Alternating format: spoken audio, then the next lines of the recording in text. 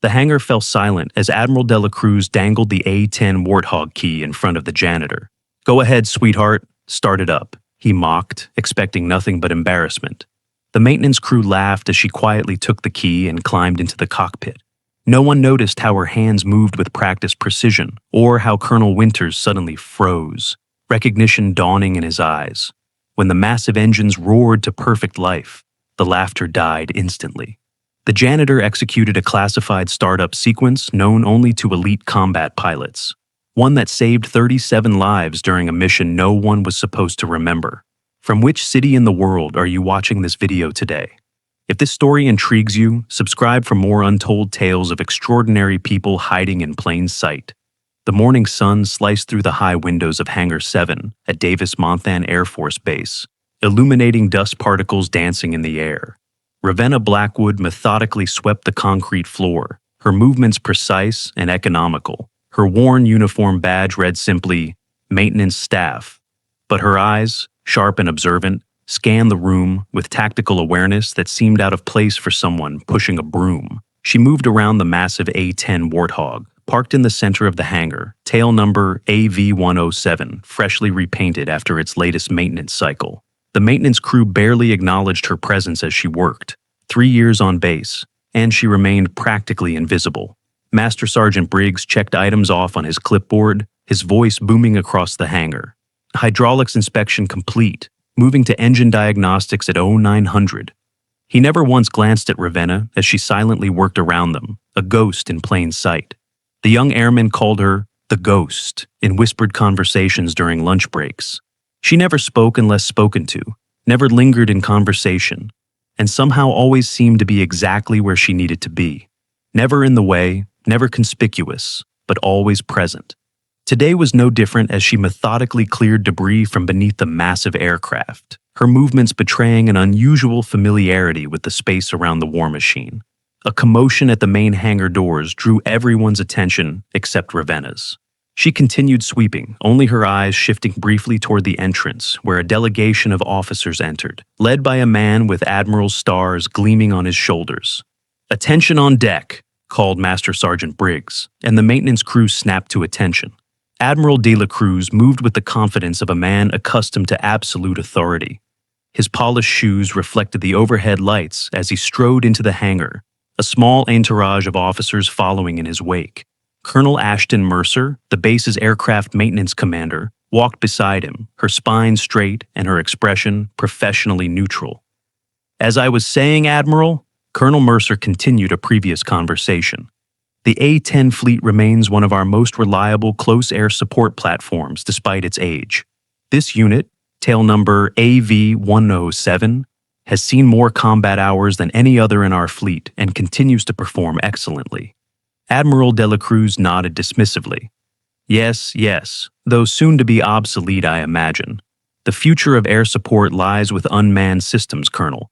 These relics are simply holding patterns until the budget allows for full replacement."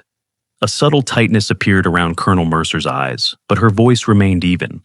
"With respect, Admiral, there's still no substitute for a pilot in the cockpit when it comes to close air support. The psychological impact alone—" "Psychology doesn't win wars, Colonel," De La Cruz interrupted. "Technological superiority does." He ran a manicured finger along the aircraft's fuselage, examining it for dust. Finding none, he frowned slightly. Ravenna continued her work, moving methodically around the visitors without interrupting their path. As the delegation made its way deeper into the hangar, Admiral De La Cruz launched into a speech about military readiness and budget priorities to the assembled officers. The maintenance crew returned to their tasks under the watchful eye of Master Sergeant Briggs. Colonel Mercer continued the tour, professionally guiding the delegation through the A-10 maintenance protocols, occasionally corrected or interrupted by Admiral De La Cruz, who spoke with the confidence of someone who had never actually flown the aircraft in question. As Ravenna worked her way across the hangar, her broom accidentally struck a metal toolbox with a sharp clang. The sound echoed in a momentary lull in conversation, drawing unwanted attention. Admiral De La Cruz turned, noticing her for the first time. His eyes narrowed as he regarded the unassuming janitor. "How long has she been working here?" he asked Colonel Mercer, not bothering to lower his voice. "Blackwood, about 3 years now. Mercer responded professionally, though her jaw tightened slightly. Dela Cruz approached Ravenna, who stood at attention, broom held vertically at her side, eyes forward without making direct eye contact. A curiously military posture for a civilian employee. "You sweep with remarkable precision," he said with a smirk, "almost like you're following a flight pattern." The hangar grew quiet. The maintenance crew paused their work to watch the interaction. Colonel Mercer stepped forward, clearly uncomfortable with the direction this was taking. "Sir, perhaps we should continue with the inspection schedule. The delegation has a tight timeline today," she suggested, trying to redirect the Admiral's attention.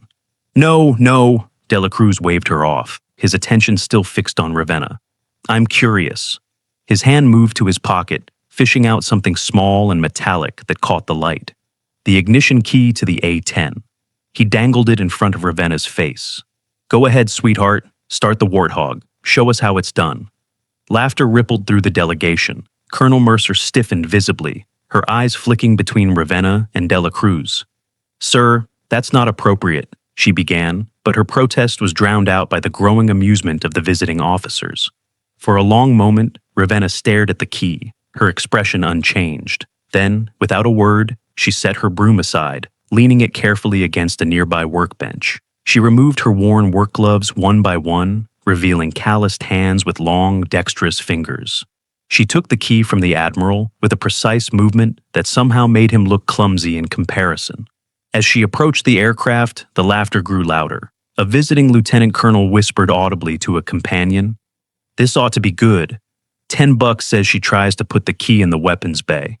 Ravenna climbed into the cockpit with practiced ease, her movements fluid and confident. As she settled into the pilot's seat, the laughter began to falter slightly. There was something uncomfortably natural about how she positioned herself, adjusting the seat with familiar movements. Her hand hovered over the instrument panel, and for just a moment, almost imperceptible, her fingers traced a small emblem etched into the metal. A faded silhouette of the aircraft, barely visible beneath the updated control panel. Colonel Mercer stepped closer to the aircraft, her expression shifting from embarrassment to something unreadable. The hangar fell silent as Ravenna inserted the key. From across the hangar, a door opened. Lieutenant Colonel Thaddeus Winters emerged, a stack of maintenance logs in his arms. He paused, taking in the scene with confusion that quickly transformed into alert attention. The sound of the A-10's twin engines beginning their start sequence cut through the silence. The massive turbines spooled up with a precision that spoke of intimate familiarity. Ravenna's hands moved across the controls in a complex sequence that bypassed standard protocols. A classified override sequence known only to combat pilots with specific clearances. Each dial stabilized perfectly. Each system activated in optimal sequence. The engines reached their operating threshold without a single fluctuation in the gauges. A perfect start that even veteran A-10 pilots rarely achieved on their first try. The delegation's laughter died instantly. Admiral Dela Cruz's smug expression morphed into confusion, then concern. Lieutenant Colonel Winters dropped the maintenance logs, papers scattering across the floor as he limped quickly toward Colonel Mercer, his voice urgent but controlled. "That's a combat startup sequence. Classified, Gulf of Sidra incident." The engine noise filled the hangar, drowning out conversation, but requiring none. The evidence was overwhelming in its simplicity. This was no janitor fumbling with unfamiliar controls. This was a pilot who knew the aircraft, intimately. Ravenna ran through the standard checks with practiced efficiency, then just as smoothly began the shutdown sequence. The engines whined as they spooled down, the sound diminishing until the hangar fell into stunned silence once more. She climbed out of the cockpit with the same grace she had entered it, her movements deliberate and efficient. She approached Admiral Dela Cruz and held out the key. "Thank you for the opportunity, sir," she said formally, her voice clear and carrying across the silent hangar. It was the most words many had ever heard her speak at once. Dela Cruz took the key automatically, his face a confusion of emotions, embarrassment, anger, and uncertainty warring for dominance. Ravenna retrieved her gloves and broom and resumed sweeping as if nothing had happened, working her way methodically toward the far end of the hangar. Lieutenant Colonel Winters watched her intently, his scarred face tense with recognition. As Ravenna worked, her sleeve rode up slightly, and Winters caught a glimpse of something partially hidden beneath her watchband. His already pale face went a shade whiter. "Impossible," he whispered. "She can't be." The tour continued in an atmosphere of strained politeness. Admiral Dela Cruz attempted to regain his composure, but the easy confidence had been replaced with something brittle and forced. Colonel Mercer guided the delegation through the remainder of the inspection with professional detachment, but her eyes occasionally drifted to Ravenna, who continued working as though nothing unusual had occurred. As the delegation moved toward the exit, Winters approached Mercer, keeping his voice low. "We need to talk, in private." Mercer gave a subtle nod. "My office, 1400 hours." Throughout the day, whispers followed Ravenna. The maintenance crew, who had barely acknowledged her existence for 3 years, now watched her with cautious curiosity. During lunch in the mess hall, she sat alone at her usual corner table, methodically eating a simple meal while keeping her back to the wall and her eyes on the exits, a habit that suddenly seemed less like shyness and more like tactical awareness. Lieutenant Colonel Winters observed her from across the room, his food untouched. The scar along his jawline stood out starkly against his skin in the harsh cafeteria lighting. At precisely 1400 hours, Winters entered Colonel Mercer's office. She closed the door behind him and activated the privacy screen on her windows. "What the hell was that this morning?" she asked without preamble. Winters paced the small office, his limp more pronounced in private. "That startup sequence isn't in any manual. It's a specialized combat procedure developed after the Gulf of Sidra incident, when we needed faster deployment in hostile conditions. It's classified top secret and known only to combat-qualified A-10 pilots with specific mission experience." "Are you saying our janitor is some kind of spy?" Mercer frowned. "No," Winters shook his head. "I'm saying she might be someone else entirely." He gestured toward Mercer's computer. "Pull up her personnel file." Mercer's fingers moved across the keyboard, bringing up Ravenna's employee record. Ravenna Blackwood, hired 3 years ago as general maintenance staff. Basic background check completed. Previous employment listed as various maintenance positions. No military history, no criminal record. "That's it." Winters leaned forward, scanning the sparse document. "No details, no references." "It's unusually thin," Mercer admitted. "But civilian contractor files often are. They go through a separate security clearance process." "Run a deeper check," Winters insisted. "There's something not right here." Mercer hesitated. "That would require justification for a higher-level security probe. I'd need to flag it up the chain." "Then do it through back channels," Winters said, his voice dropping. "Because what I saw today wasn't just unusual. It was impossible." As they spoke, the base security system monitoring feed briefly flickered on Mercer's secondary screen, a momentary distortion that neither officer noticed. "What are you not telling me, Thaddeus?" Mercer asked quietly, using his first name for the first time. Winters sank into a chair, suddenly looking older than his years. "That sequence, I've only seen it executed with that level of precision once before, during an operation that doesn't officially exist." He touched the scar along his jawline unconsciously. "Operation Shadowfall." "Shadowfall?" Mercer's expression changed. "That's still classified above my clearance." "It was supposed to be a routine extraction," Winters said distantly. "Turned into an ambush. 3 aircraft down, including mine. Comms jammed." He paused, lost in memory. "We were sitting ducks until—" The security camera in the corner of Mercer's office silently rotated, focusing on their conversation. Across the base, Ravenna finished her shift precisely on time. She changed out of her work uniform in the employee locker room, putting on civilian clothes, simple, functional attire that wouldn't draw attention. As she closed her locker, she paused, eyes narrowing slightly. The lock was aligned differently than how she had left it that morning. Someone had been through her things. She left the base through the civilian contractor entrance, nodding to the security guard, who barely looked up from his monitor. As she walked to the public parking lot, her eyes flicked to the side view mirror of a parked car, noting the black SUV that pulled out 3 vehicles behind her. It maintained a consistent distance as she drove to her modest apartment on the outskirts of Tucson. The apartment complex was unremarkable, 2-story buildings arranged around a central courtyard with a small, rarely used pool. Ravenna climbed the exterior stairs to her second-floor unit, unlocked 3 separate locks, and entered, immediately engaging 2 more locks. Behind her, the apartment was Spartan and impersonal. No photographs on the walls, no decorative touches. The furniture was functional and nondescript, nothing to suggest the personality or history of its occupant. Ravenna moved to the kitchenette, filled a kettle, and set it to boil. While the water heated, she performed a methodical sweep of the apartment, checking window seals and door frames for any signs of entry. Finding none, she moved to the bedroom and knelt beside the bed, removing a loose floorboard hidden beneath the frame. From the concealed space, she withdrew a metal box secured with a combination lock. Her fingers spun the dials without hesitation. 107, the tail number of the aircraft she had started that morning. Inside the box lay a single photograph, partially burned along one edge. It showed a younger Ravenna in flight gear, standing proudly beside AV-107. The A-10 Warthog's distinctive silhouette, unmistakable despite the aircraft being covered in desert dust and battle scars. Other figures had been in the photo, but their faces were now scorched away, leaving only Ravenna and the aircraft clearly visible. She traced the outline of the aircraft with her finger, her expression softening momentarily. Then her phone vibrated with an incoming notification. She checked the screen. Winters accessing Shadowfall files.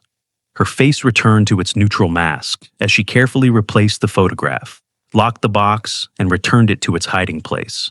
The kettle whistled in the kitchen, but she ignored it, moving instead to a laptop positioned on a small desk by the window.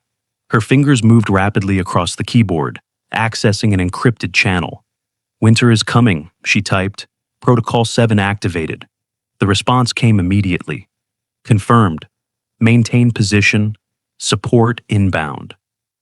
Outside her apartment, the black SUV remained parked across the street, its windows tinted beyond legal limits. Inside, 2 figures watched her windows, noting the precise time she turned out her lights. Back at the base, Colonel Mercer worked late into the evening. With the official tour completed, she had returned to her office to review the day's events. She accessed the security footage from the hangar, focusing on the moment when Ravenna had removed her gloves before taking the ignition key from Admiral de la Cruz. Mercer zoomed in, enhancing the image quality. As Ravenna's wrist turned, something became visible beneath her watch band. Mercer froze the frame and enhanced it further. The tattoo was partially visible, a black silhouette of an A-10 with a date beneath it. The numbers were barely legible. 05-17-15, May 17, 2015. Mercer sat back, stunned. She pulled up a classified military operations database, using her command override to access records normally beyond her clearance level. Most files were heavily redacted, but she searched specifically for operations on that date. A single entry appeared, almost entirely blacked out. Only one detail remained visible: Operation Shadowfall, status, classified. She continued searching, digging deeper into personnel files from that operation. Most names were redacted, but one document contained a partial reference. Extraction successful due to intervention of call sign Talon. Recommendation for Distinguished Flying Cross with Valor device submitted by Leasing Cole. The rest was redacted. At his modest off-base home, Lieutenant Colonel Winters couldn't sleep. He sat in his study, a glass of whiskey untouched beside him, staring at an old wooden box on his desk. Finally, he opened it, retrieving a mission report hidden in a false bottom drawer. The document was heavily redacted, but one detail remained visible.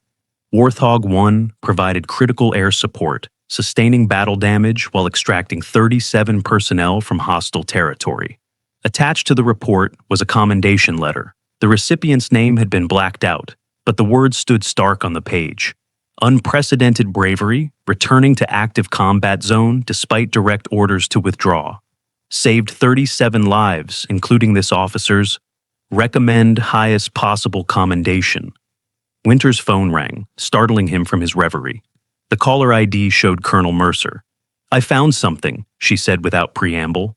A pilot with the call sign Talon was awarded the Distinguished Flying Cross for actions during Shadowfall. The record was sealed afterward. "Talon," Winters breathed. "The solo pilot who came back for us when everyone else had written us off." "There's more," Mercer continued. According to official records, Talon died in a training accident 6 months after Shadowfall.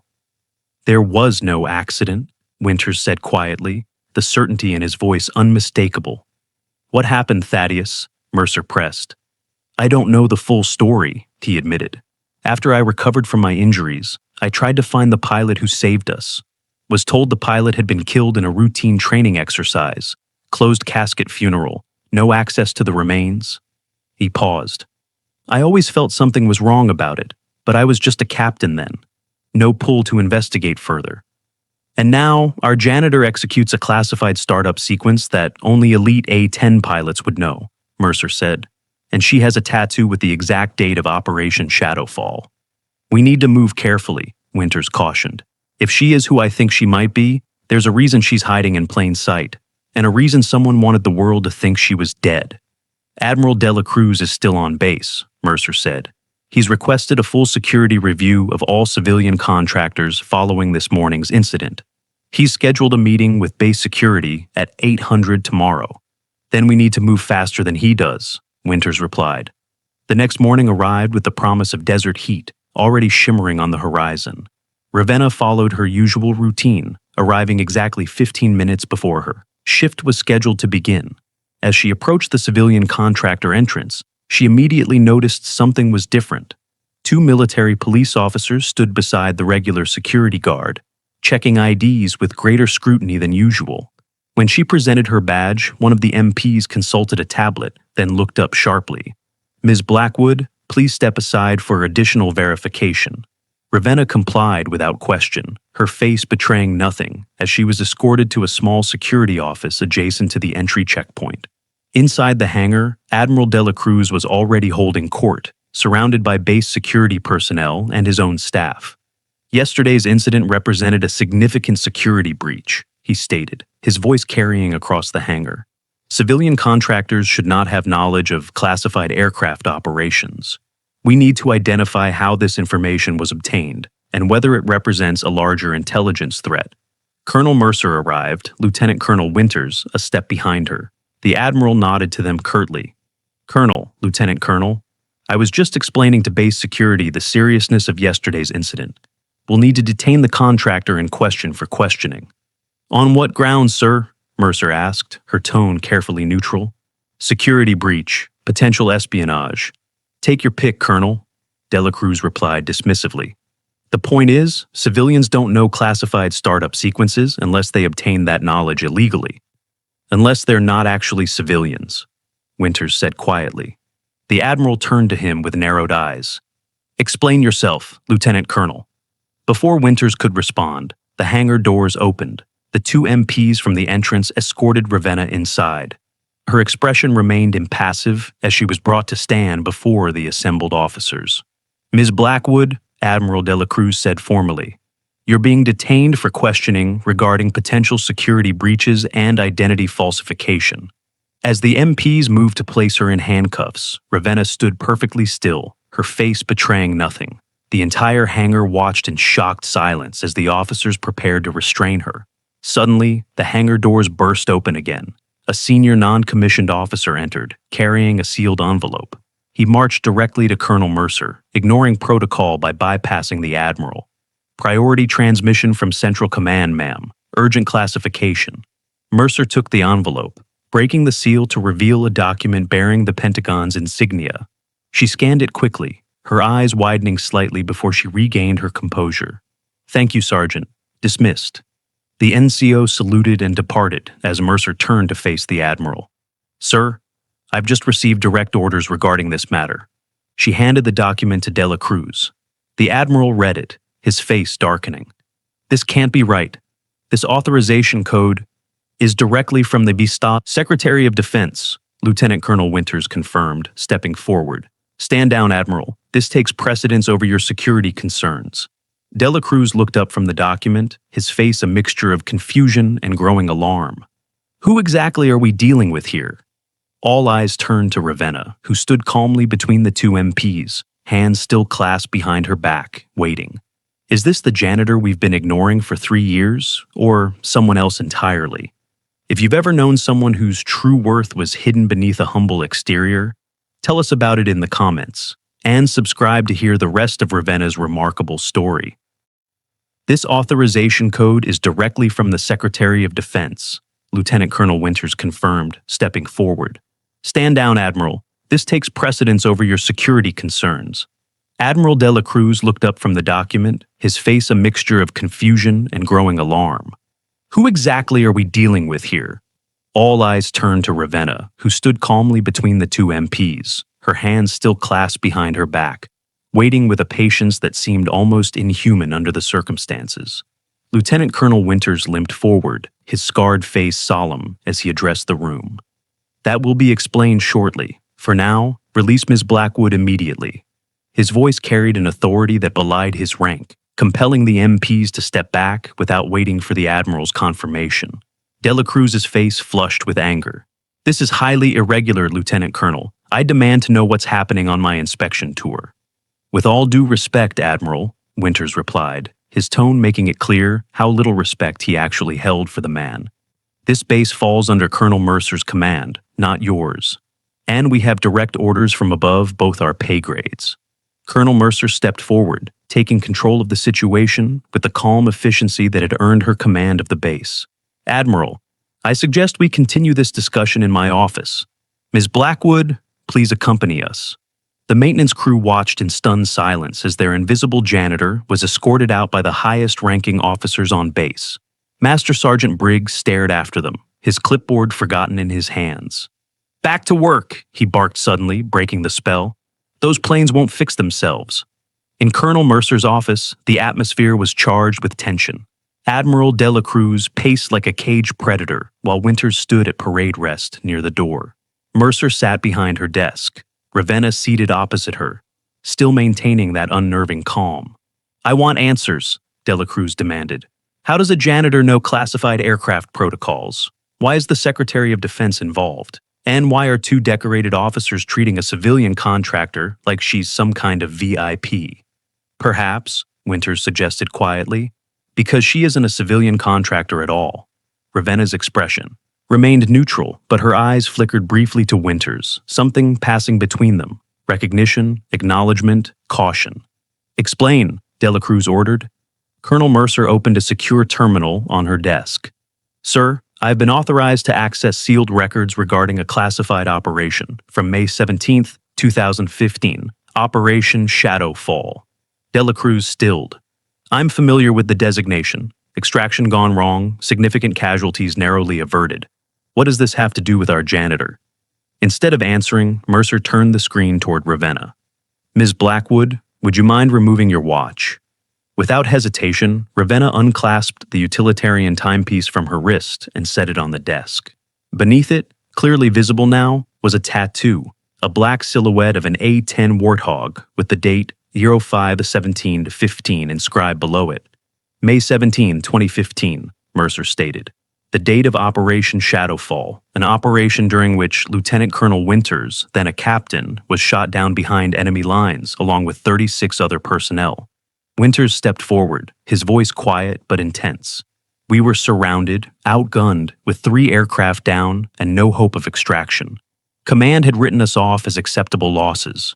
His hand moved unconsciously to the scar along his jawline. And then a lone A-10 appeared, tail number AV-107. De la Cruz's eyes widened as he made the connection. The same aircraft in our hangar. The same aircraft Ms. Blackwood started with perfect precision yesterday, Mercer confirmed. The pilot executed maneuvers that day that violated every safety protocol in the manual, drawing enemy fire to create an extraction window. 37 lives were saved, including Lieutenant Colonel Winters. The pilot's call sign was Talon, Winters said, his eyes fixed on Ravenna. And according to official records, Talon died in a training accident 6 months later. Ravenna met his gaze steadily, her silence more revealing than any confession. Are you suggesting, Admiral de la Cruz said slowly, that our janitor is actually a deceased Air Force pilot? I'm suggesting, Winters replied, that perhaps the death was fabricated, that perhaps there are reasons someone wanted Major Ravenna Blackwood, decorated combat pilot and Medal of Honor nominee, to disappear from official records. At the mention of her rank, something flickered in Ravenna's eyes. the first real emotion she had shown. "This is absurd," Dela Cruz scoffed. "If what you're suggesting were true, it would imply a conspiracy at the highest levels of military command. For what purpose?" Mercer and Winters exchanged glances. It was Ravenna who finally broke her silence. "Operation Kingfisher," she said, her voice steady and clear, lacking the subservient tone she had maintained for 3 years as a janitor. November 12, 2015, 6 months after Shadowfall. The change in her demeanor was subtle but profound. Though still seated in a chair as a suspected security risk, she suddenly commanded the room's attention with an authority that couldn't be taught. Admiral Dela Cruz stared at her. "Operation Kingfisher is classified above top secret. How would you—" "Because I was there," Ravenna interrupted, something that would have been unthinkable from a base janitor just minutes earlier. "I led the mission, a supposedly routine reconnaissance that turned into something else when my squadron identified unauthorized weapons shipments being diverted from officially sanctioned channels." Her words hung in the air, heavy with implication. Dela Cruz's face drained of color. "That's a serious accusation," he said, his voice carefully controlled. "It wasn't an accusation at the time," Ravenna continued, her eyes never leaving his. "It was a report, filed through proper channels to my commanding officer. 3 days later, I was involved in a training incident that officially killed me. A week after that, I was given a choice: disappear completely or face court-martial on fabricated charges that would have seen me imprisoned for life." Colonel Mercer leaned forward. "Who gave you this choice, Major Blackwood?" Ravenna's gaze shifted to Mercer. "The same people who arranged for false identification and placed me as a janitor at the very base housing the aircraft I once flew. People who wanted me visible but voiceless, present but powerless. A daily reminder that some secrets stay buried." "Names," Dela Cruz demanded, his composure cracking. "I want names." A thin smile touched Ravenna's lips. "Would your name be among them, Admiral?" The accusation landed like a physical blow. Dela Cruz recoiled, then recovered, his face contorting with fury. "How dare you imply—" "I imply nothing," Ravenna cut him off. "I state facts. Operation Kingfisher identified 8 senior officers involved in weapons trafficking. 3 have since been promoted to Admiral. 1 is currently inspecting this base." The office fell silent. Winters shifted his position slightly, placing himself between Dela Cruz and the door. Colonel Mercer's hand moved beneath her desk, likely to a security alert button. "These are slanderous allegations without evidence," Dela Cruz said, his voice tight with controlled rage. "And I will not stand here and be accused by a mentally unstable individual clearly suffering from delusions of grandeur." "The evidence exists," Ravenna replied calmly. "It's why I'm still alive. Insurance, buried where it can't be found unless something happens to me." "And what triggered your decision to reveal yourself now?" Mercer asked. "After 3 years of silence?" Ravenna's eyes moved to the A-10 visible through the office window. "I never intended to. But when the Admiral handed me that key yesterday, something happened that I didn't expect." Her voice softened almost imperceptibly. "Muscle memory. The aircraft remembered me, even if no one else did." Winters nodded, understanding in his scarred face. "And I recognized the sequence. I've spent years trying to find the pilot who saved us that day, to thank them personally." "You have no idea what you've done," Dela Cruz hissed, his composure abandoned. "The systems you're challenging have ways of dealing with threats. Even with your supposed insurance, you won't survive the week." "Is that a threat, Admiral?" Colonel Mercer asked sharply. "It's a prediction," he replied, regaining some control. "Based on operational realities that you two seem willfully blind to. There are powers involved here beyond your comprehension." "Powers like the Secretary of Defense?" Winters asked mildly, tapping the authorization document. "Because it seems he's rather interested in speaking with Major Blackwood directly.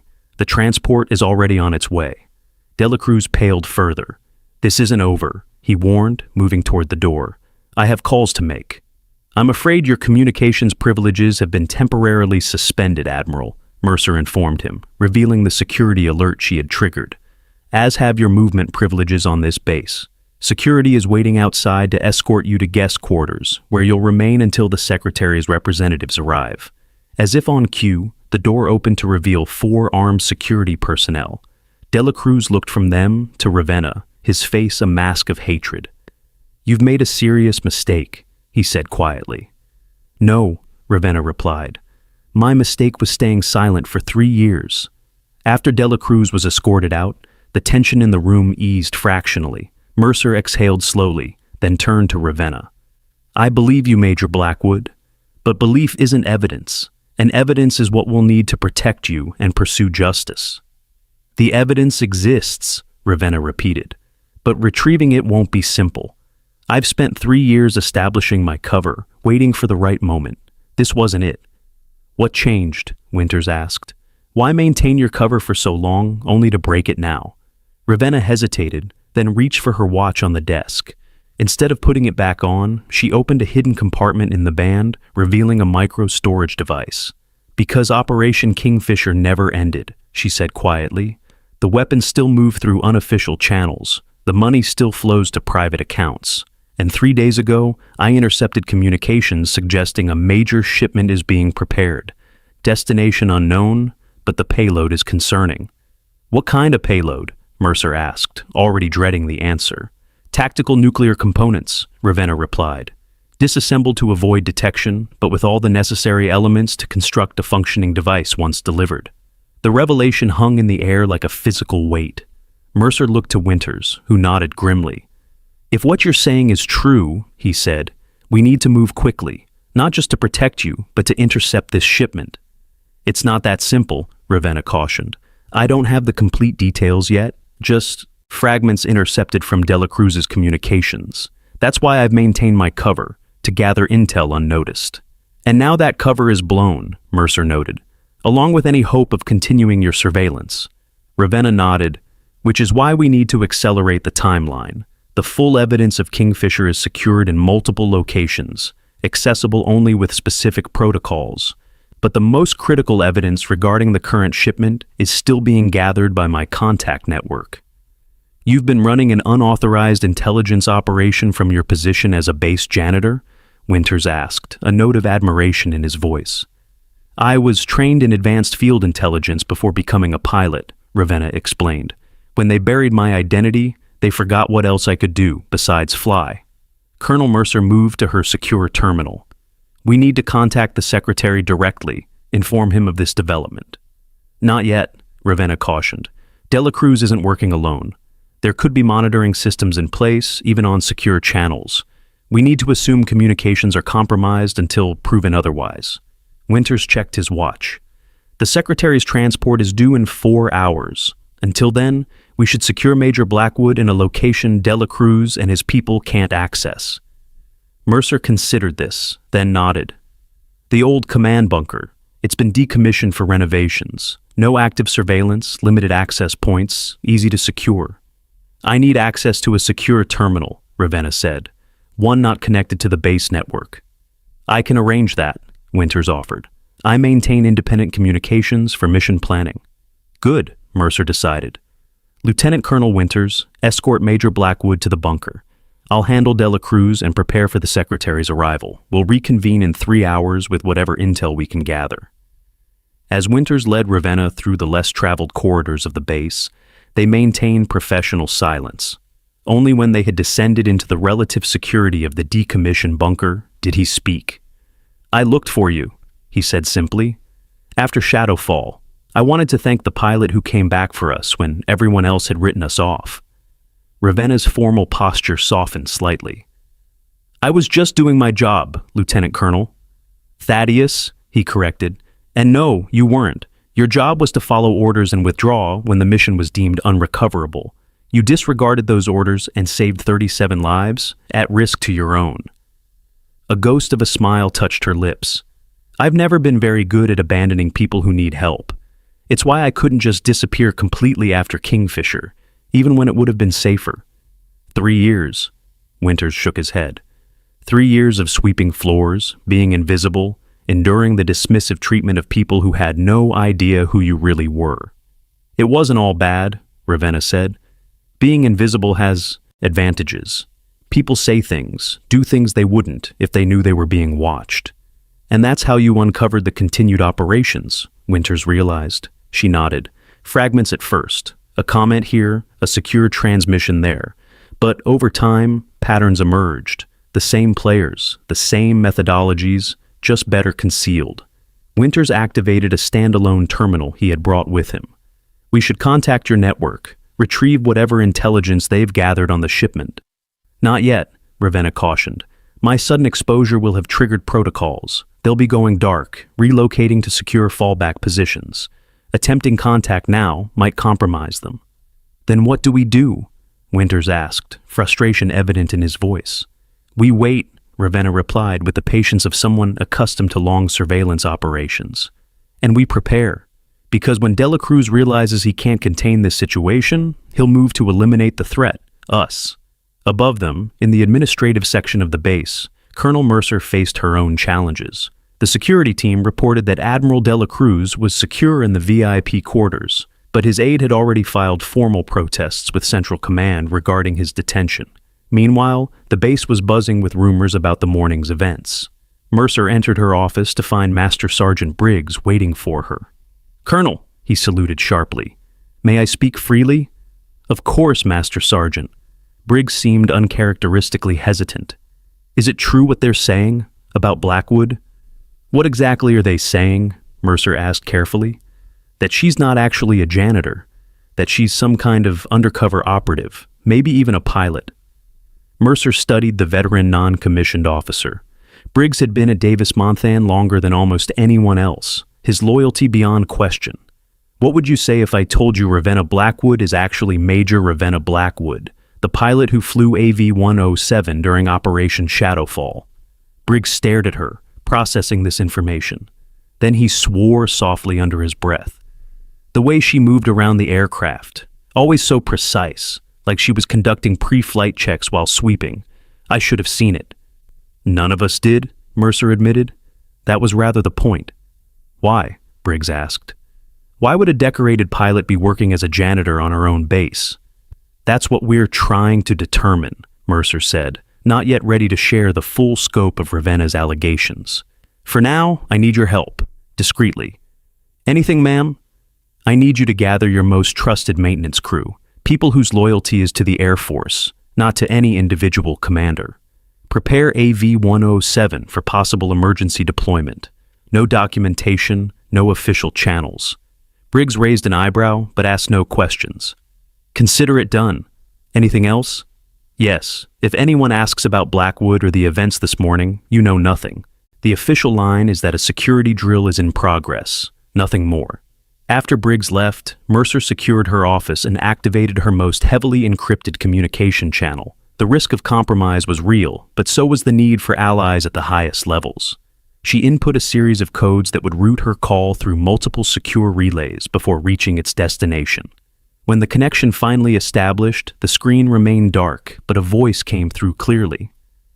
"This is an unexpected communication, Colonel Mercer."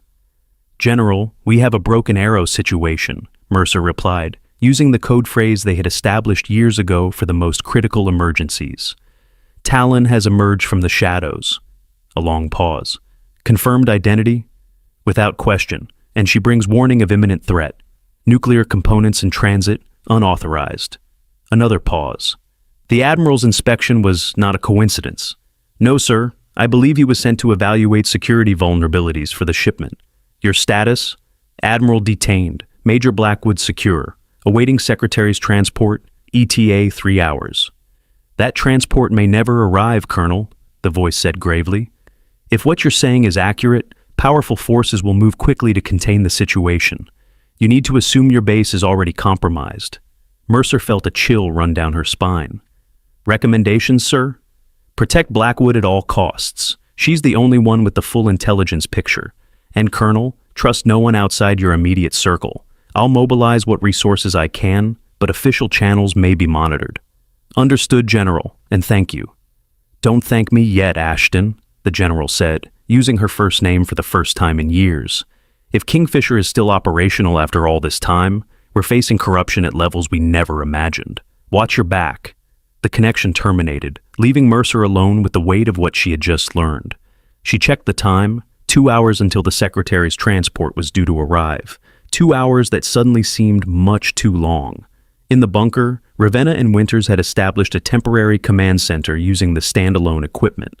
Ravenna worked with practiced efficiency, her hands moving across the keyboard with the same precision she had shown in the cockpit. "I'm establishing a secure dead-drop protocol," she explained. "If my network is active, they'll check predetermined locations for communications." "How extensive is this network?" Winters asked, impressed by the sophistication of her operation. "Small but effective," Ravenna replied. "Former pilots, intelligence officers, maintenance personnel. People who noticed discrepancies and asked too many questions. Some, like me, were officially removed from service. Others maintain their positions but work with us covertly."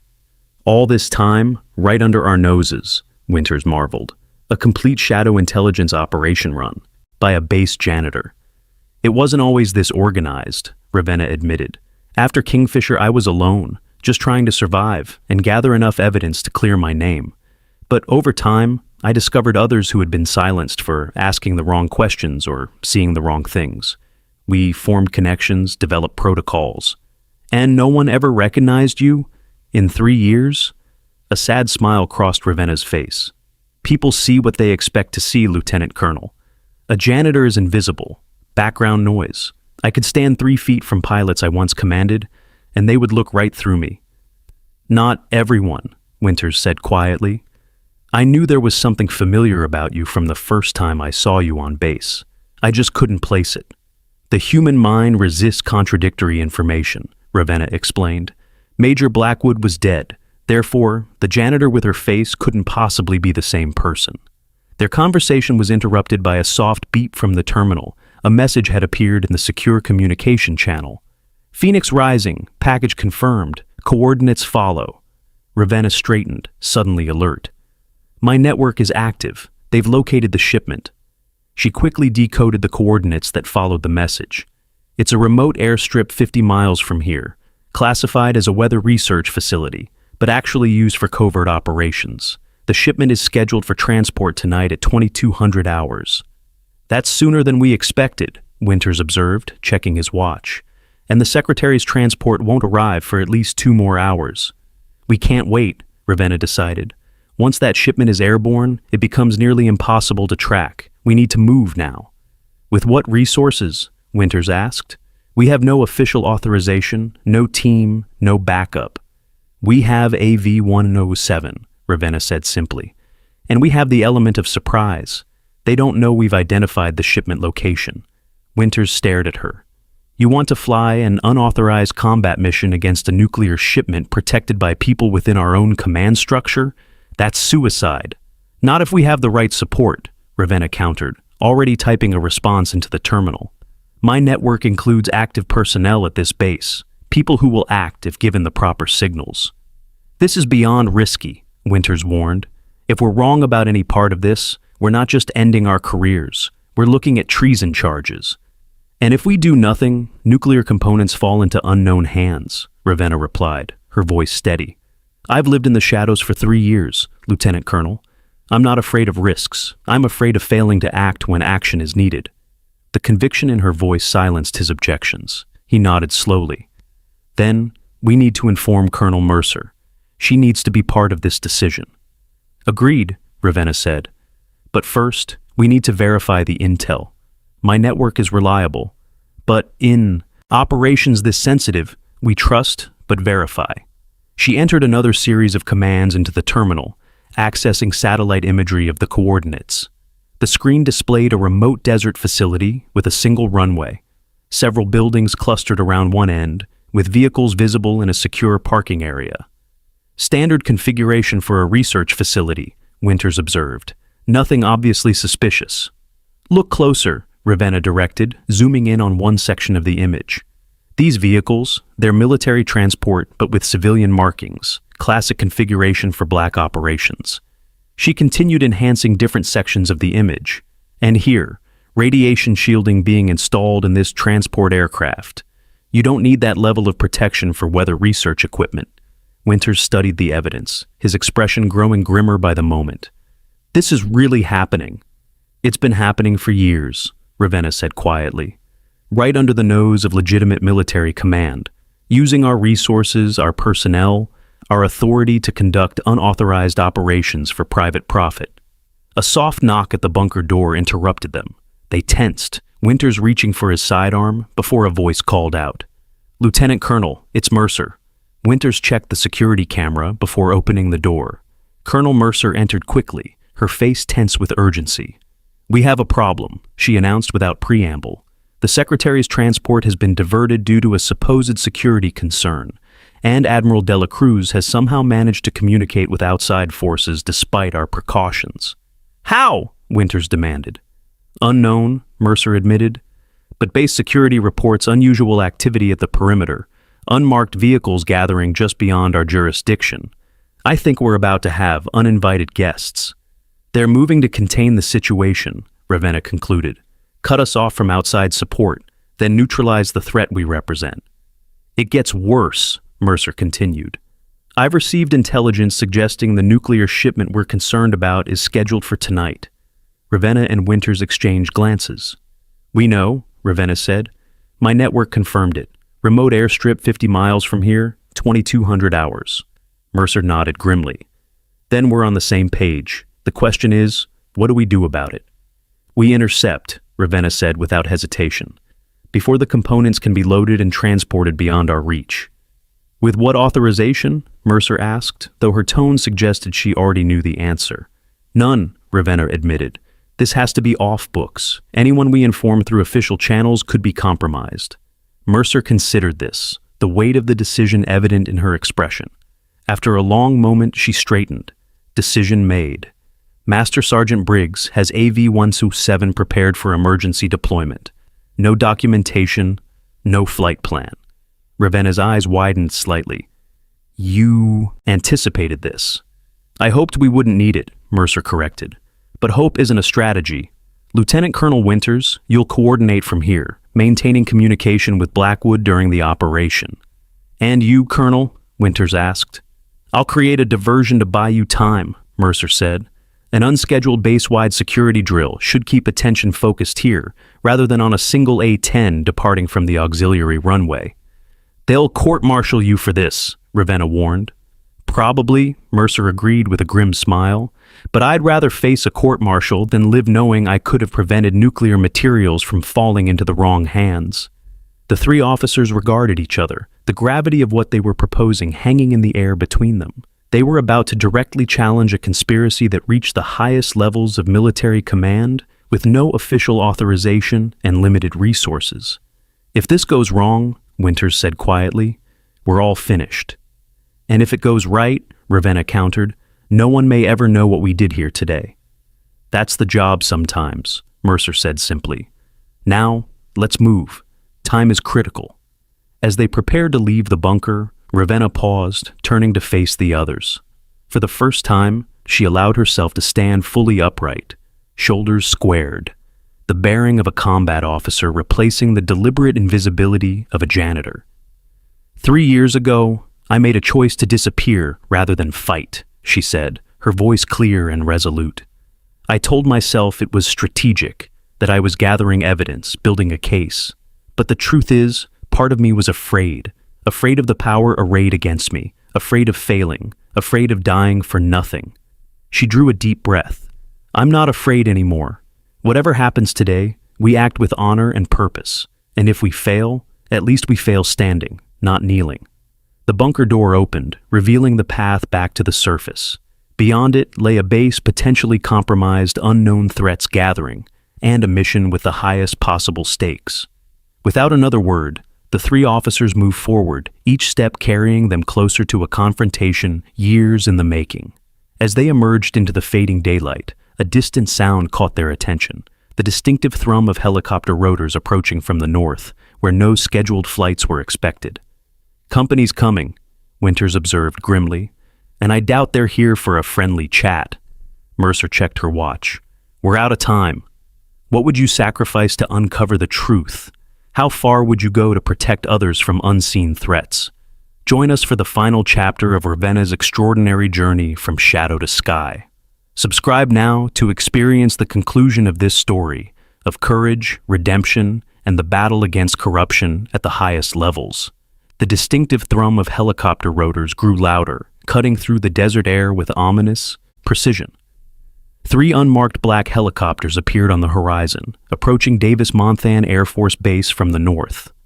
"Security breach at the perimeter gate," announced a voice over the base-wide communication system. "All personnel implement lockdown protocols immediately." Colonel Mercer's radio crackled with urgent reports from base security. "Unknown forces have breached the outer checkpoint, ma'am. They're claiming Department of Defense authority, but the authentication codes don't match our protocols." "Dela Cruz's reinforcements," Winters muttered. "They'll secure him first, then come for us." Mercer made an immediate decision. "We need to split up. Lieutenant Colonel, get Major Blackwood to the auxiliary hangar. Master Sergeant Briggs is waiting with AV-107 prepped and ready." "What about you, Colonel?" Ravenna asked, already calculating the tactical implications of their separation. "I'm implementing emergency protocol Zulu," Mercer replied, her voice steady despite the gravity of her decision. "Full base lockdown, all external communications cut, security forces deployed to essential positions. It won't stop them for long, but it should buy you enough time to get airborne." "They'll relieve you of command for this," Winters warned. "Probably," Mercer agreed with a grim smile. "But they'll have to find me first. Now go. That shipment isn't waiting for us to sort out our command structure issues." As Mercer strode toward the main command center, Winters led Ravenna along a maintenance access route, avoiding the main corridors where security cameras might track their movements. The base around them had erupted into controlled chaos, personnel moving with urgent purpose as the lockdown protocols took effect. 3 years as a janitor has its advantages, Ravenna observed as she guided Winters through a service tunnel not marked on standard base maps. "I know every hidden path and blind spot in the surveillance system. I'm starting to understand how you maintained your covert operation for so long," Winters replied, impressed despite the dire circumstances. They emerged near the auxiliary hangar, a smaller facility used primarily for maintenance overflow. Master Sergeant Briggs stood waiting, his weathered face betraying no emotion as he saluted Ravenna crisply. "Aircraft is prepped and ready, Major," he reported, addressing her by her true rank without hesitation. "Full combat load, communication systems isolated from the main base network as requested." Ravenna returned his salute, the gesture coming naturally after years of suppression. "Thank you, Master Sergeant." "Permission to speak freely, ma'am?" Briggs requested. "Granted." 3 years, Briggs said, his voice gruff but respectful. 3 years I had you sweeping floors, taking orders, being treated like you were invisible, and not once did you break character." "The mission required it," Ravenna replied simply. "Well, your mission now is to fly that bird like the ace." "You are," Briggs said, stepping aside to reveal AV-107 waiting in the hangar, its massive form silhouetted against the setting sun.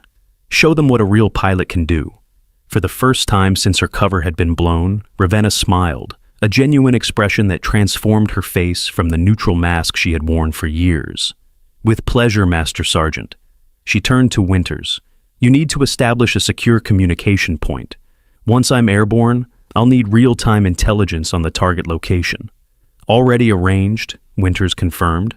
"I've set up a relay through my personal equipment in the bunker, Channel Sierra Tango 7, encrypted with rotating frequencies." As they spoke, the sound of the helicopters grew louder, now joined by the wail of sirens from the main section of the base. "They've engaged with base security," Winters noted, checking his tactical display. "Multiple breach attempts at checkpoints Alpha and Charlie." "Time to move," Ravenna said, her focus narrowing to the mission ahead. Inside the main administration building, Colonel Mercer faced her own battle. Armed personnel in unmarked tactical gear had entered the command center, led by a civilian in an expensive suit who carried himself with the arrogance of bureaucratic power. "Colonel Mercer, I am Special Director Hargrove from the Defense Intelligence Agency," he announced, presenting credentials. "By order of the Joint Chiefs, you are relieved of command effective immediately. This base is now under DIA jurisdiction due to critical security concerns." Mercer examined the credentials carefully. "These authorization codes are irregular, Director Hargrove, and I've received no notification from my superior officers regarding any change of command. The situation required immediate action without prior notification," Hargrove replied smoothly. "Admiral De La Cruz has already confirmed the security breach. A mentally unstable civilian contractor with access to classified information poses an imminent threat to national security. Are you referring to Major Ravenna Blackwood? Mercer asked, emphasizing the rank. A decorated combat pilot presumed dead for 3 years? Hargrove's expression flickered momentarily. The individual identifying herself as Blackwood is an imposter. Major Blackwood died in a training accident in 2015. This is a matter of official record. Official records can be falsified, Mercer countered, as I believe you're well aware, Director. The command center had gone silent, all personnel watching the confrontation with tense attention. Hargrove gestured to his tactical team. Colonel Mercer is to be detained for questioning. Secure all communication systems and implement base-wide search protocols for 2 fugitives, Lieutenant Colonel Thaddeus Winters and an unidentified female impersonating military personnel. As 2 agents moved to take Mercer into custody, alarms blared across the command center. Multiple screens flashed with security alerts. Unauthorized aircraft activation in auxiliary hangar 3, reported a technician, confusion evident in his voice. A-10, tail number AV-107. Hargrove's composure broke. Stop that aircraft immediately. Authorization to use whatever force necessary. But Mercer had already implemented her contingency plan. I'm afraid that won't be possible, Director. Emergency Protocol Zulu includes a 60-second communications blackout to all flight control systems. Standard procedure during a security breach. On the runway, Ravenna settled into the cockpit of AV-107 with the familiarity of coming home. Her hands moved across the controls without hesitation, muscle memory overriding the 3 years she had spent away from the aircraft. The engines roared to life with the same perfect synchronization she had demonstrated the previous day. Tower communication systems are down, she reported to Winters over their secure channel. As expected, proceeding with visual takeoff on emergency protocols. Understood, Winters replied from his position in the bunker. Satellite imagery shows the target location remains active. Multiple vehicles, personnel movement, consistent with loading operations. Ravenna taxied the massive aircraft toward the runway, feeling the power thrumming through the controls. After 3 years of invisibility and powerlessness, the sensation was intoxicating. The A-10 responded to her touch like an extension of her own body. Every subtle adjustment translated perfectly into motion. I have visual on pursuit vehicles, she reported, as security forces raced across the tarmac toward her. Too late for intervention! The A-10 thundered down the runway, gathering speed with relentless purpose. As the wheels left the ground, Ravenna felt a weight lift from her spirit, the weight of years spent in hiding, of dignity surrendered, of truth suppressed. Whatever happened next, she was flying again. She was herself again. The aircraft climbed into the darkening sky, banking sharply to avoid the approaching helicopters, which turned in pursuit, but quickly fell behind, unable to match the A-10's speed and maneuverability. I'm clear of base airspace, Ravenna reported, proceeding to target coordinates, ETA 19 minutes. In the command center, chaos had erupted. Director Hargrove shouted orders as technicians scrambled to regain control of base systems. Colonel Mercer stood calmly amid the turmoil, watching as her carefully orchestrated plan unfolded. You have no idea what you've done, Hargrove hissed at her. The implications of this breach go beyond anything you can imagine. I know exactly what I've done, Mercer replied steadily. I've chosen to uphold my oath to defend this nation against all enemies, foreign and domestic. Something you seem to have forgotten, Director. Before Hargrove could respond, Admiral De La Cruz burst into the command center, his face flushed with rage. Where is she? He demanded. Where is Blackwood? Beyond your reach, Mercer replied, along with the evidence she's been gathering for 3 years. De La Cruz turned to Hargrove. You assured me this situation was contained. It was, Hargrove snapped back, until your incompetence triggered her exposure. You were supposed to inspect the base discreetly, not antagonize the very person we've been monitoring. Their open acknowledgement of collusion silenced the room. Base personnel exchanged glances, the implications of what they were witnessing becoming clear. This was not a security operation. This was a cover-up, unraveling in real time. Mercer seized the moment. All personnel, attention. You are witnessing an unauthorized attempt to seize command of this base to prevent the exposure of illegal weapons trafficking operations conducted by these individuals. As your commanding officer, I order you to disregard any instructions from Director Hargrove or Admiral Dela Cruz. The security team hesitated, caught between conflicting chains of command. Hargrove moved to regain control. This is sedition, Colonel. Every person who follows your orders will face court-martial. Perhaps, came a new voice from the doorway, but they'll be in good company. All eyes turned to see a distinguished figure in Air Force dress uniform enter the command center, flanked by military police. The stars on his shoulders identified him immediately. General Nathaniel Chambers, Vice Chairman of the Joint Chiefs of Staff. General Chambers, Dela Cruz stammered, this is unexpected. We were told you were in Washington. Clearly, Chambers replied dryly. Which is why you felt comfortable presenting falsified authorization codes and attempting to commandeer a United States Air Force base. He turned to the military police.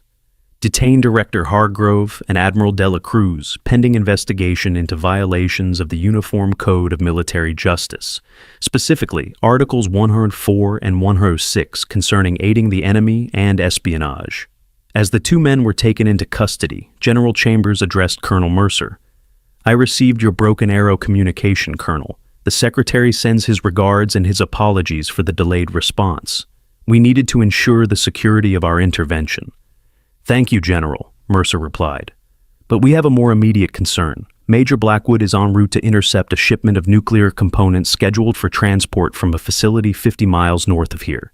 I'm aware, Chambers nodded, and reinforcements are already on the way. But Major Blackwood may be our only chance to prevent that shipment from disappearing into the wind. She has my full authorization to take whatever actions necessary.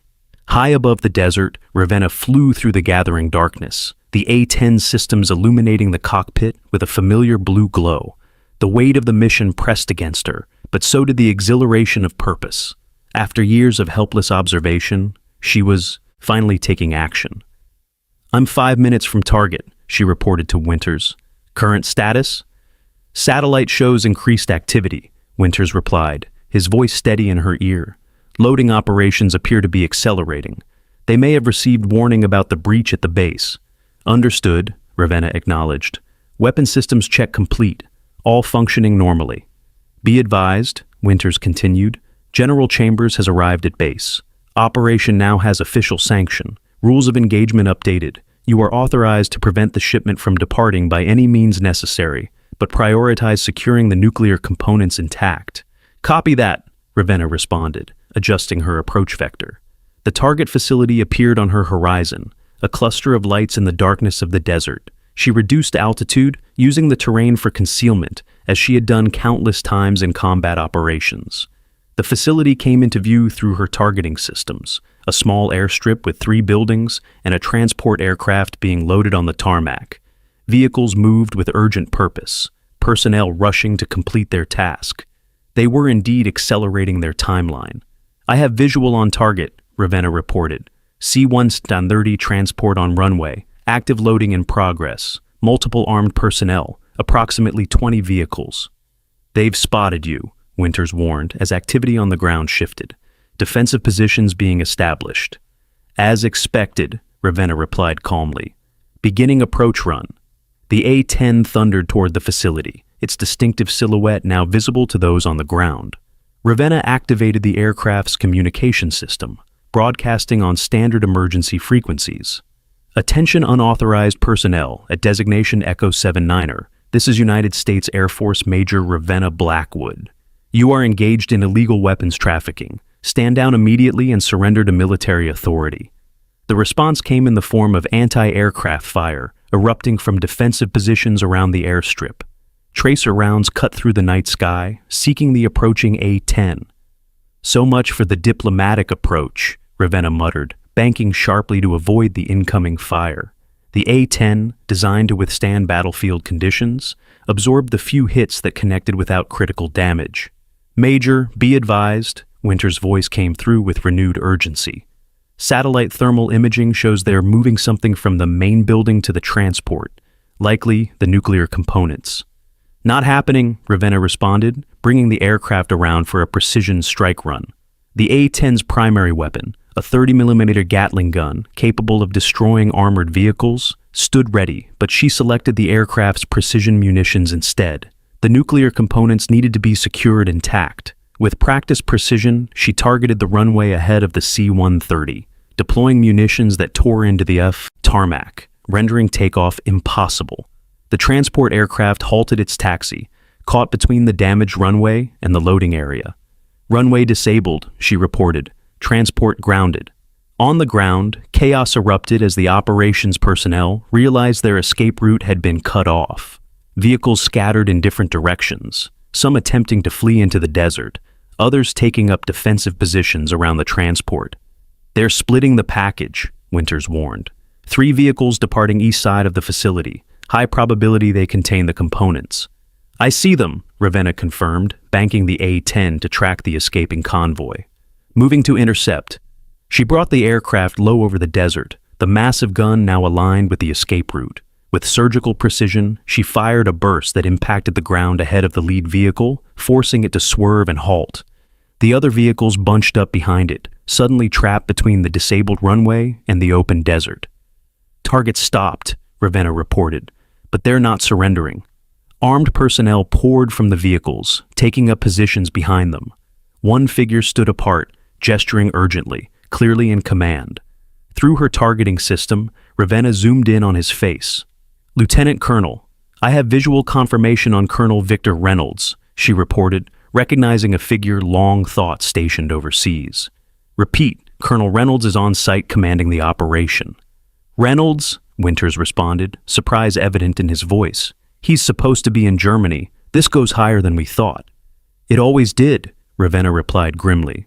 "That's what I discovered during Operation Kingfisher. The network extends through multiple command structures. Reynolds, Dela Cruz, Hargrove, they're just operational nodes." She made another pass over the facility, demonstrating the futility of resistance.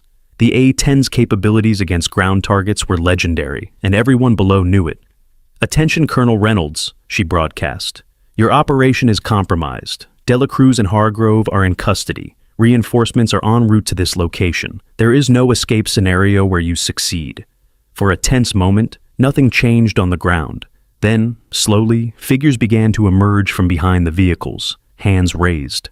Colonel Reynolds remained defiant for several more seconds before finally raising his own hands in surrender. "They're standing down," Ravenna reported, relief coloring her voice despite her professional detachment. "Package appears secured." "Confirmed," Winters responded. "Satellite shows no further active resistance. Air Force Special Operations Team is 20 minutes out, along with Nuclear Emergency Search Team personnel to secure the components." Ravenna continued circling the facility, maintaining vigilance until reinforcements arrived. The A-10's presence serving as both deterrent and symbol, the watching guardian that had unveiled a conspiracy years in the making. "Lieutenant Colonel," she said after several minutes of silence, "I need to know. Was it worth it? 3 years of my life spent invisible, powerless, watching and waiting while those responsible continue their operations?" Winter's response came without hesitation.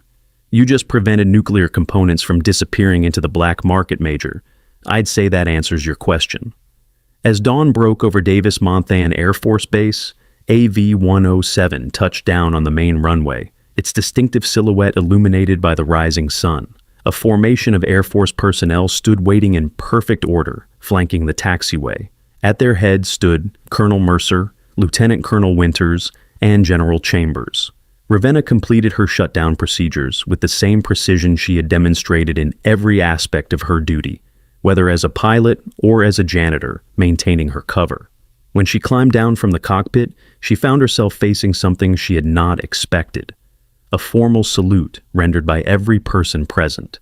General Chambers stepped forward as Ravenna returned the salute. "Major Blackwood, on behalf of the United States Air Force and a grateful nation, welcome back to the land of the living." 3 months later, a ceremony took place in the same hangar where Admiral Dela Cruz had mockingly handed Ravenna the ignition key to AV-107. The space had been transformed, rows of chairs occupied by high-ranking military officials, government representatives, and the personnel of Davis-Monthan Air Force Base. Ravenna Blackwood, now wearing her restored rank insignia, stood at attention as the Secretary of the Air Force pinned the Air Force Cross to her uniform, the service's highest honor for extraordinary heroism. For conspicuous gallantry and uncommon valor during Operation Shadowfall and Kingfisher, read the citation, and for extraordinary courage and dedication to duty during a 3-year deep cover operation that resulted in the exposure of a criminal conspiracy within our ranks and the prevention of nuclear proliferation. In the audience, Master Sergeant Briggs sat proudly among the maintenance crew, who had once barely acknowledged Ravenna's existence. Beside him, the younger airman who had whispered about the ghost watched with newfound respect as the janitor they had dismissed received one of the nation's highest military honors. The investigation triggered by Ravenna's operation had extended far beyond Admiral de la Cruz and his immediate collaborators. Over 30 senior officers and government officials had been implicated, with prosecutions ongoing. The full extent of the weapons trafficking operation had shocked even those with the highest security clearances, its tendrils reaching into multiple branches of the military and intelligence communities. After the ceremony, Blackwood approached AV-107, now bearing fresh paint with Major R. Blackwood stenciled under the cockpit. Aircraft had been formally assigned to her command as recognition of their shared history. "She looks good," Colonel Mercer observed, joining Ravenna by the aircraft. "Almost as good as her pilot." Ravenna smiled, running her hand along the fuselage with familiar affection. "We've both been through a lot." "The training squadron needs a new commander," Mercer said. "Someone who understands what it means to serve with honor, even when no one's watching. The position is yours if you want it." Ravenna considered this, her eyes on the aircraft that had been both her professional tool and her salvation. "For 3 years, I flew combat missions in my dreams while sweeping floors in reality. I'm not sure I know how to be just a pilot again." "You won't be just a pilot," Winters interjected, joining them with his slight limp that had become oddly distinguished rather than limiting. "You'll be a leader, someone these young aviators can look to for an example of what real service means." "And what does it mean, Lieutenant Colonel?" Ravenna asked, genuinely curious about his perspective. "It means doing the right thing even when it's the hardest thing," he replied without hesitation. "It means standing alone if necessary, but standing firm. It's what you did for 3 years in silence and what you did again when you flew out to stop that shipment." General Chambers approached, adding his presence to their small circle. "Major Blackwood, your official reinstatement paperwork is complete. Your back pay has been processed, along with appropriate compensation for the, shall we say, unusual circumstances of your service these past 3 years." "Thank you, General," Ravenna replied formally. "The question now," Chambers continued, "is what comes next for you. Colonel Mercer has recommended you for command of the training squadron, which I fully endorse. However, given your unique experience, there are other possibilities we might consider." "What kind of possibilities, sir?" Ravenna asked. "The investigation into the weapons trafficking network is ongoing," Chambers explained. "Despite our successes, we believe elements of the operation remain active. Your expertise in both aviation and covert operations makes you uniquely qualified to lead a specialized task force dedicated to dismantling what remains." Ravenna glanced at AV-107, then back to the general. "Would I still fly, sir?" "Extensively," Chambers confirmed. "The task force would operate under deep cover, utilizing your experience in both worlds." For a moment, Ravenna was silent, weighing her options. The training squadron offered stability, respect, a chance to return to normal military life. The task force meant continuing the shadow war she had fought alone for 3 years, albeit with proper support and recognition. "Permission to speak freely, sir," she requested. "Granted," Chambers nodded. "For 3 years, I lived in the shadows because I had no choice," Ravenna said. "I watched while others took actions I was powerless to stop. I gathered intelligence I couldn't act upon. I existed in a limbo between who I was and who I pretended to be." She straightened, decision made. "I don't want to live in shadows anymore, General. I want to fly in the open, train the next generation, show them that integrity matters even when no one's looking." Chambers smiled. "I hoped you might say that, Major. The task force will proceed with another commander, but your insight will be invaluable during its formation." "Thank you, sir." As the officers moved toward the ceremony reception, Master Sergeant Briggs approached Ravenna with an uncomfortable expression that seemed out of character for the normally gruff maintenance chief. "Major Blackwood," he began hesitantly, "I owe you an apology. For 3 years, I gave you orders, sometimes harshly. Had I known who you really were, you would have compromised my cover and endangered the mission," Ravenna interrupted gently. "You did exactly what I needed you to do, Master Sergeant. You treated me like any other janitor, which meant no one suspected I was anything else." Briggs nodded, relieved. "Still, it couldn't have been easy. Taking orders from someone who had no idea you outranked him."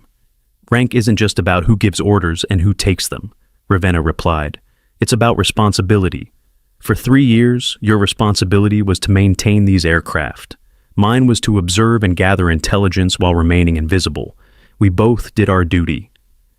6 months later, Ravenna stood before a class of pilot trainees in a briefing room adjacent to the main hangar. The young aviators watched attentively as she outlined the day's training objectives, their respect evident in their focused attention.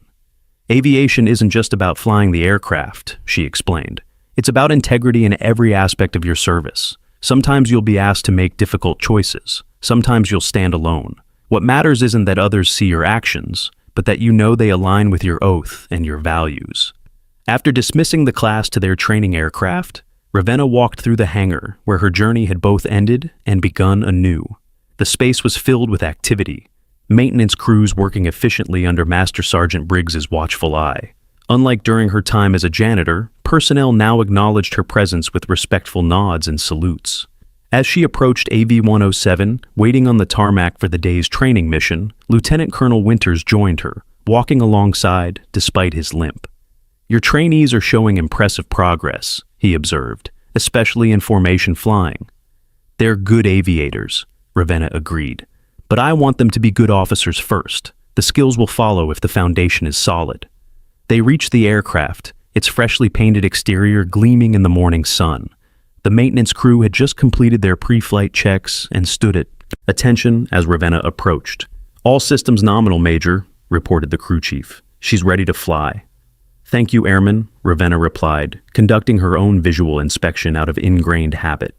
As she circled the aircraft, her hand trailing along its surface, she noticed something new, a small emblem painted beneath her name near the cockpit. It was a simple silhouette of a broom crossed with a pilot's wings. Beneath it, in small lettering, "From shadows to sky."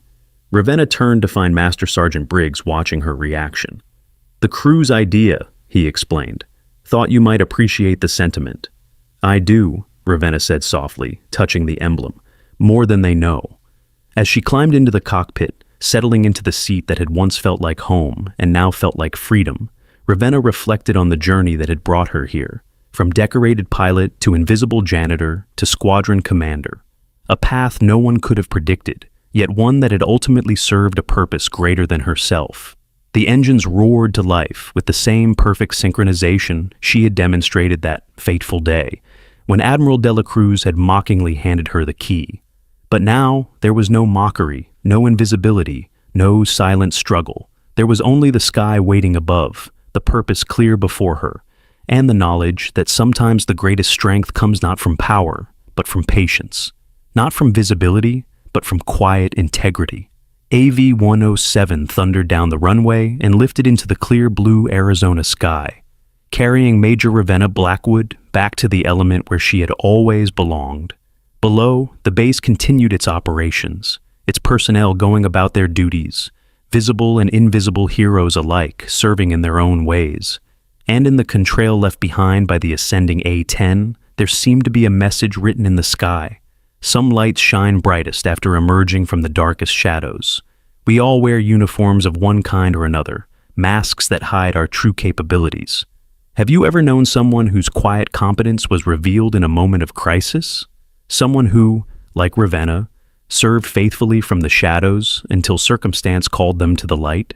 Share your story of unsung heroes in the comments below, and subscribe to hear more tales of courage that remind us to look beyond appearances to the remarkable human spirit that lies within.